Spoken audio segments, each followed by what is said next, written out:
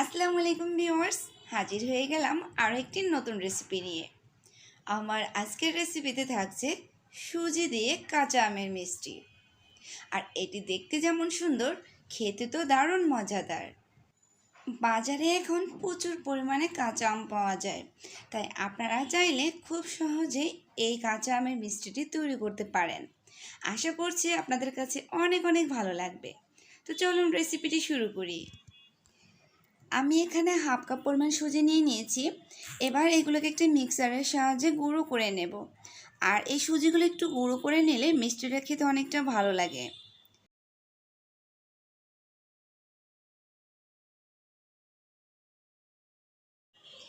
তো আমি সুজিগুলোকে কিন্তু খুব ভালোভাবে গুঁড়ো করে নিয়েছি। এবার এই মিষ্টিটা তৈরি করার জন্য লাগবে আম। আমি এখানে মিডিয়াম সাইজের একটি আম নিয়েছি। এবার আমি আম থেকে উপরের খোসাটা আলাদা করে আমগুলোকে কেটে ব্লেন্ডারে পেস্ট করে নেব। আমি এখানে একটা আম থেকে যে পরিমাণ জুস বের হবে সেটা দিয়ে আজকে মিষ্টিগুলো তৈরি করব। তবে আপনারা চাইলে কিন্তু আমের পরিমাণটা বাড়িয়ে দিতে পারেন।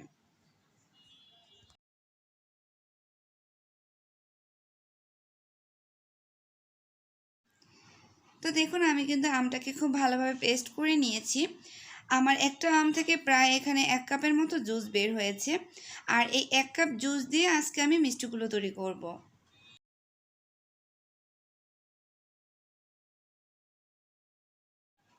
এবার চুলায় একটি প্যান বসিয়ে এতে আগে থেকে গুঁড়ো করে রাখা সেই সুজিগুলোকে ভেজে নেব।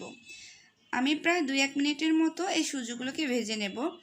এতে করে সুজির ভিতরে কাঁচা গন্ধটা চলে যাবে আর ভাজার পরে খুব সুন্দর একটা স্মেল চলে আসবে। তো সুজিগুলোকে কিন্তু ভেজে নিয়েছি। এবার আগে থেকে জুস করে রাখা সেই জুস থেকে এখানে 1 কাপ পরিমাণ জুস বের হয়েছে। এবার আমি এই জুসটাকে প্যানে নিয়ে নিচ্ছি আর চুলায় দিয়ে অনবরত নাড়তে থাকবো। আর 1 কাপ জুসের জন্য আমি এখানে হাফ কাপ পরিমাণ চিনি অ্যাড করছি। এবার জুস আর চিনি ভালোভাবে মিক্স করে নেব। এবার চুলাটাকে মিডিয়াম হিটে রেখে খুব ভালোভাবে জাল করতে হবে। আর এই জুসটা জাল করতে করতে একটু ঘন করে নিতে হবে। মিষ্টিগুলো একটু দেখার সৌন্দর্যের জন্য আমি এখানে 2-3 ফোঁটার মতো গ্রিন ফুড কালার অ্যাড করে দিচ্ছি। তবে আপনারা চাইলে এটাকে স্কিপ করতে পারেন। জুসগুলো খুব ভালোভাবে নেড়ে একটু ঘন করে নিয়েছি। এবার এর ভিতরে অ্যাড করে দিচ্ছি সে আগে থেকে গুঁড়ো করে রাখা সুজিগুলো। এবার সুজিগুলো অ্যাড করে দেওয়ার পরে অনবরত নাড়তে হবে যাতে করে সুজিগুলো দলা পেকে না যায়। সুজিগুলো খুব ভালোভাবে নেড়ে নিচ্ছি। মিষ্টির স্বাদ দ্বিগুণ পরিমাণ বাড়িয়ে তোলার জন্য আমি এখানে অ্যাড করে দিচ্ছি 1/3 কাপ পরিমাণ গুঁড়ো দুধ। আর এই দুধটা অ্যাড করলে কিন্তু মিষ্টিটা খেতে অনেকটাই ভালো লাগে। এবার সব কিছুকে খুব ভালোভাবে মিশিয়ে নিচ্ছি। মিশিয়ে নেওয়ার পরে এর ভিতরে অ্যাড করে দিচ্ছি 1 টেবিল চামচ পরিমাণ ঘি। আর এতে করে কিন্তু খুব সুন্দর একটা ঘ্রাণ চলে আসবে। এবার ঘি দিয়ে সুজিটাকে খুব ভালোভাবে নেড়ে চেড়ে আমি এগুলোকে তুলে নেব।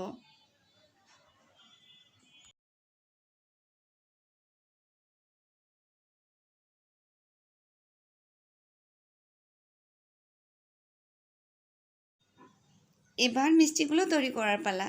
আর মিষ্টিগুলো তৈরি করার আগে অবশ্যই হাতে একটু তেল কিংবা ঘি মেখে নিতে হবে।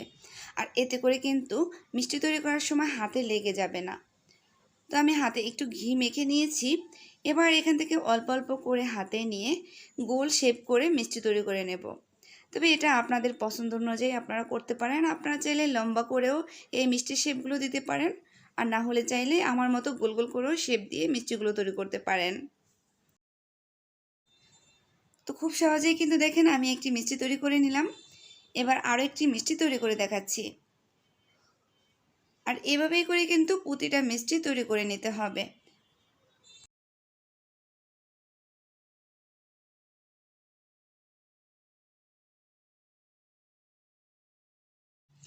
তো দেখুন, আমি কিন্তু খুব সহজেই মিষ্টিগুলো তৈরি করে নিয়েছি।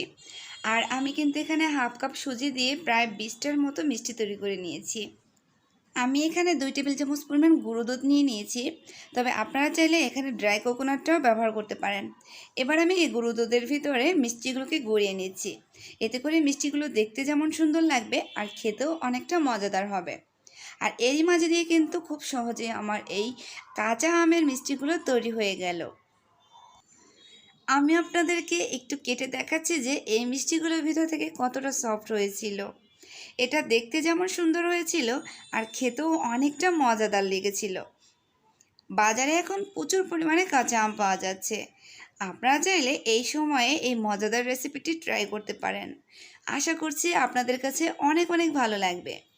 আমার আজকের রেসিপিটি যদি আপনাদের কাছে ভালো লেগে থাকে তাহলে প্লিজ সবাই আমার ভিডিওটি দেখার শেষে একটি লাইক দিবেন। যারা এখনও আমার চ্যানেলটিকে সাবস্ক্রাইব করেননি তারা প্লিজ আমার চ্যানেলটিকে সাবস্ক্রাইব করবেন। আর যদি বেশি ভালো লেগে থাকে তাহলে অবশ্যই ফ্রেন্ডস অ্যান্ড ফ্যামিলির সাথে শেয়ার করে দেবেন।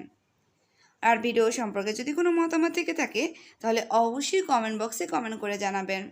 সবাই অনেক অনেক ভালো থাকবেন, সুস্থ থাকবেন। আল্লাহ হাফেজ।